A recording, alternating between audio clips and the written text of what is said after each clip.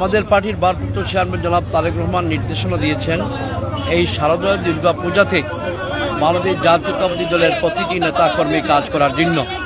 ওনার নির্দেশিত হয়ে আমাদের এই ১৯ নম্বর ওয়ার্ডের সাংগঠনিক সম্পাদক সুমন আজকে সনাতন ধর্মাবলম্বী পুরুষ মহিলাদের মধ্যে আজকে কাপড় বিতরণ উপহার দিয়েছে। এটা অত্যন্ত আনন্দের বিষয়। এই জন্য আমরা বাংলাদেশ জাতীয়তাবাদী দল সর্বদাই বলে আসছি যে বাংলাদেশ জাতীয়তাবাদী দল হচ্ছে জাতি বর্ণ নির্বিশেষে, এখানে হিন্দু বৌদ্ধ খ্রিস্টান মুসলিম সবাই বাই বাই, এখানে কোনো সংখ্যালঘু কোনো সংখ্যাগরিষ্ঠ নেই। আমাদের পার্টির ভারপ্রাপ্ত চেয়ারম্যান সর্বদাই বলিতেছেন এবং আমাদের দেশমাতা বেগম খালেদা জিয়া অথবা আমাদের পার্টির প্রতিষ্ঠাতা শহীদ প্রেসিডেন্ট জিয়াউর রহমানের আমলেও কিন্তু এই যে শব্দ কোনো নেতাকর্মীও বলেনি, আমাদের শহীদ প্রেসিডেন্ট জিয়াউর রহমানও বলেননি, বেগম খালেদা জিয়াও বলেননি, আমাদের পার্টির ভারপ্রাপ্ত চেয়ারম্যানও বলেননি।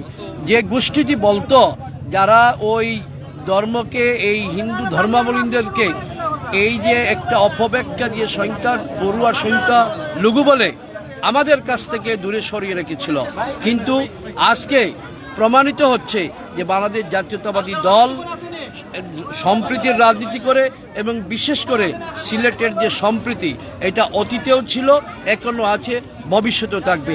এখানে হজরত শাহজালাল, হজরত শাহপলান রহমতুল্লাহ আলাইহি এবং শ্রী চৈতন্যের লীলাভূমি একসাথে ওনারা এসেছিলেন, একসাথে তৎকালীন সময়ে আমরা বসবাস করে আসছি এবং এখন আমরা বসবাস করব, ভবিষ্যতেও করব।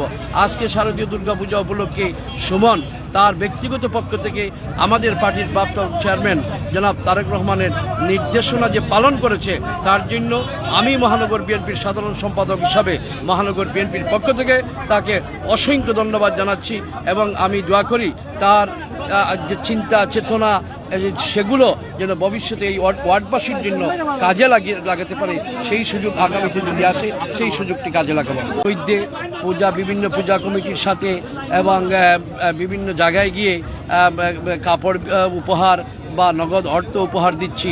তারই ধারাবাহিকতায় আমাদের এই যে সুমন যে কাজটি করছে, এটা হচ্ছে যে আমরা সবসময় যে বলে থাকি বা আমরা অনেক সময় অতীতে শারদীয় দুর্গাপূজা পরিদর্শনে যেতাম, আমরা কিন্তু এখন আর পরিদর্শন নয়, আমরা সেই শারদীয় দুর্গাপূজায় আমাদের অংশগ্রহণ, অর্থাৎ এই যে সুমন যে আজকে তার ওয়ার্ডে এই সনাতন ধর্মাবলম্বীদের কাপড় বিতরণ উপহার করলো, সেটাই প্রমাণ হচ্ছে যে আমরা যে কথা যেটা বলি সেটা আমরা বাস্তবায়িত করি।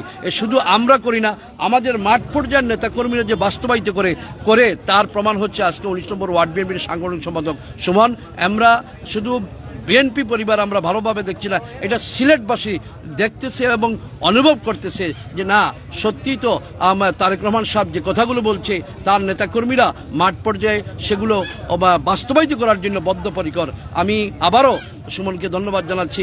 আমাদের পার্টির ভারপ্রাপ্ত চেয়ারম্যান জনাব তারেক রহমানের যে নির্দেশনা, সেই নির্দেশনা সে তার পক্ষ থেকে পালন করার জন্য আমি তাকে আন্তরিকভাবে ধন্যবাদ জানাচ্ছি। বিগত সময় করেছি, কিন্তু এইভাবে প্রোগ্রাম করার মতো আমাদের কোনো সিচুয়েশন ছিল না। প্রশাসন এসে আমাদেরকে ব্যানার এই সেই স্কুলে নিয়ে যেত, আমাদের উপর কিভাবে অত্যাচার হয়েছে দেখেছেন। এরপরেই বিএনপি এই জনগণের দল, বিএনপি জনগণকে নিয়েই চলে। বিগত 17 বছর এত মামলা হামলার পরে বিএনপি জনগণের সাথেই ছিল। বিগত করোনার সময় দেখুন, ঈদ দেখুন, এর আগের পূজা দেখুন, আমরা স্বার্থ মতো যেটুকু করেছি। এবার দ্বিতীয়বারের মতো 5ই আগস্ট দেশ দ্বিতীয়বারের মতো স্বাধীন হওয়া পরে আমরা স্বাধীন হয়েছি, আমরা এখন স্বাধীনভাবে কথা বলতে পারছি।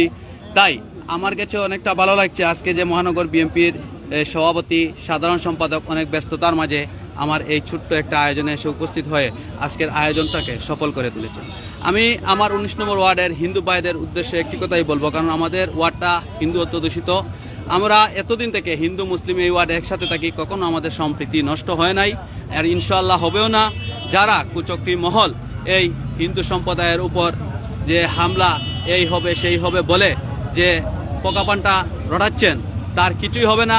বিএনপি সবসময় হিন্দু ভাইদের পাশে ছিল, হিন্দু ভাই বোনেদের পাশে আছে এবং আমাদের ওয়ার্ডে হিন্দু সম্প্রদায়ের যে ভাই বোনেরা আছেন আমরাই তাদের শারদীয় দুর্গা উৎসবে যাব এবং আমাদের যে কোনো প্রয়োজন হলে আমরা তাদের পাশে থাকব এবং আমাদের দেশ নায়ক তারেক রহমান যে নির্দেশ দিয়েছেন সেই নির্দেশ আমরা বাস্তবায়ন করে যাব।